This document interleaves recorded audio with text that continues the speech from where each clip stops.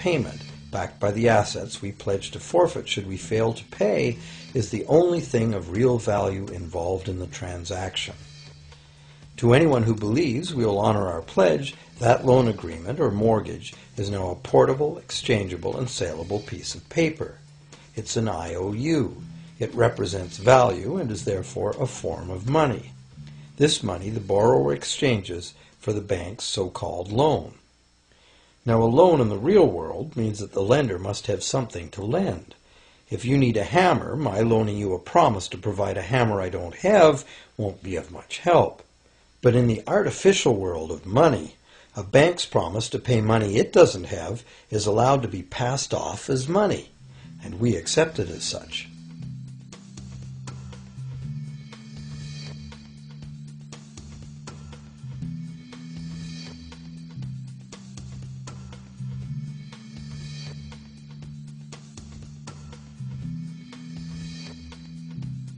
Once the borrower signs the pledge of debt, the bank then balances the transaction by creating, with a few keystrokes on a computer, a matching debt of the bank to the borrower. From the borrower's point of view, this becomes loan money in his or her account, and because the government allows this debt of the bank to the borrower to be converted to government fiat currency, everyone has to accept it as money. Again, the basic truth is very simple. Without the document the borrower signed, the banker would have nothing to lend. Have you ever wondered how everyone, governments, corporations, small businesses, families, can all be in debt at the same time and for such astronomical amounts? Have you ever questioned how there can be that much money out there to lend? Now you know. There isn't. Banks do not lend money. They simply create it from debt. And as debt is potentially unlimited, so is the supply of money. And as it turns out, the opposite situation is also true. Isn't it astounding that despite the incredible wealth of resources, innovation, and productivity that surrounds us, almost all of us, from governments to companies to individuals, are heavily in debt to bankers? If only people would stop and think, how can that be? How can it be that the people who actually produce all the real wealth in the world are in debt to those who merely lend out the money that represents the wealth? Even more amazing is that once we realize that money really is debt, we realize that if there was no debt, there'd be no money.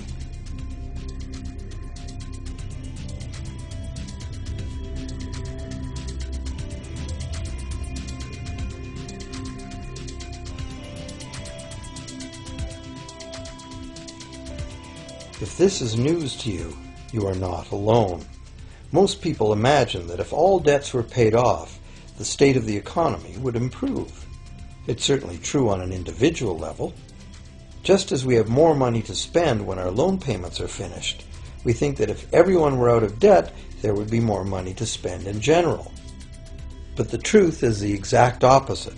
There would be no money at all. There it is. We are totally dependent on continually renewed bank credit for there to be any money in existence. No loans, no money, which is what happened during the Great Depression. The money supply shrank drastically as the supply of loans dried up.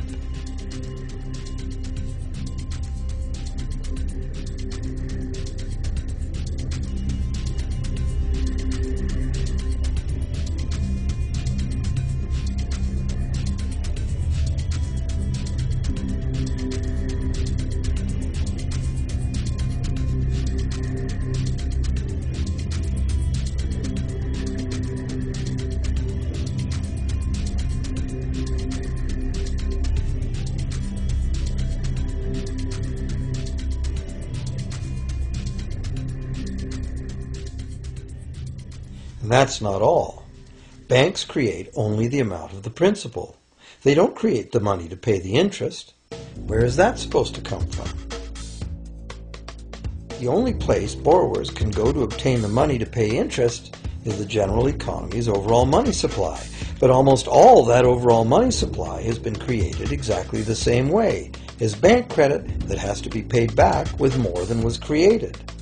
So everywhere there are other borrowers in the same situation, frantically trying to obtain the money they need to pay back both principal and interest from a total money pool which contains only principal. It is clearly impossible for everyone to pay back the principal plus interest because the interest money doesn't exist. This can even be expressed by a simple mathematical formula. The big problem here is that for long-term loans, such as mortgages and government debt, the total interest far exceeds the principal. So unless a lot of extra money is created to pay the interest, it means a very high proportion of foreclosures and a non-functioning economy. To maintain a functional society, the rate of foreclosure needs to be low. And so, to accomplish this, more and more new debt money has to be created to satisfy today's demands for money to service the previous debt. But of course, this just makes the total debt bigger, and that means more interest must ultimately be paid, resulting in an ever-escalating and inescapable spiral of mounting indebtedness.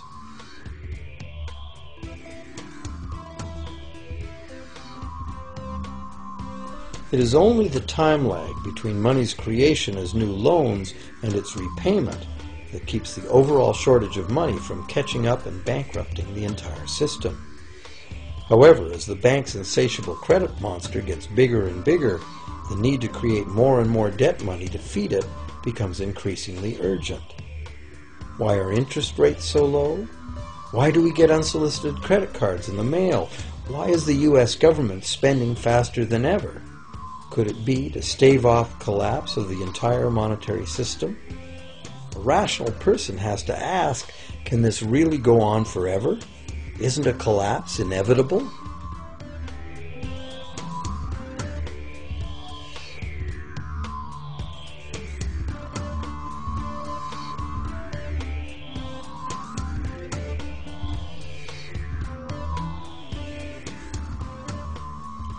Money facilitates production and trade. As the money supply increases, money just becomes increasingly worthless unless the volume of production and trade in the real world grows by the same amount.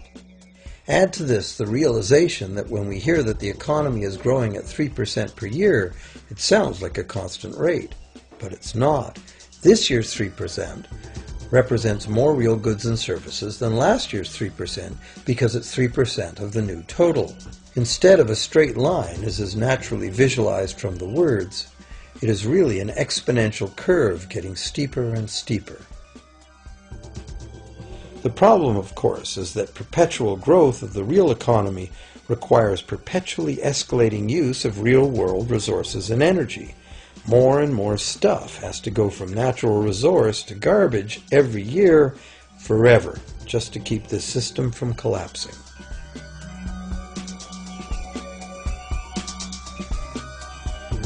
What can we do about this downright scary situation? For one thing, we need a very different concept of money. It's time more people ask themselves and their governments 4 simple questions. Around the world, governments borrow money at interest from private banks. Government debt is a major component of total debt, and servicing that debt takes a big chunk of our taxes. Now we know that banks simply create the money they lend, and that governments have given them permission to do this. So the first question is, why do governments choose to borrow money from private banks at interest when government could create all the interest-free money it needs itself? And the second big question is, why create money as debt at all? Why not create money that circulates permanently and doesn't have to be perpetually reborrowed at interest in order to exist? The third question, how can a money system that can only function with perpetually accelerating growth be used to build a sustainable economy? Isn't it logical that perpetually accelerating growth and sustainability are incompatible? And finally, what is it about our current system that makes it totally dependent on perpetual growth? What needs to be changed to allow the creation of a sustainable economy? At one time, charging any interest on a loan was called usury and was subject to severe penalties, including death.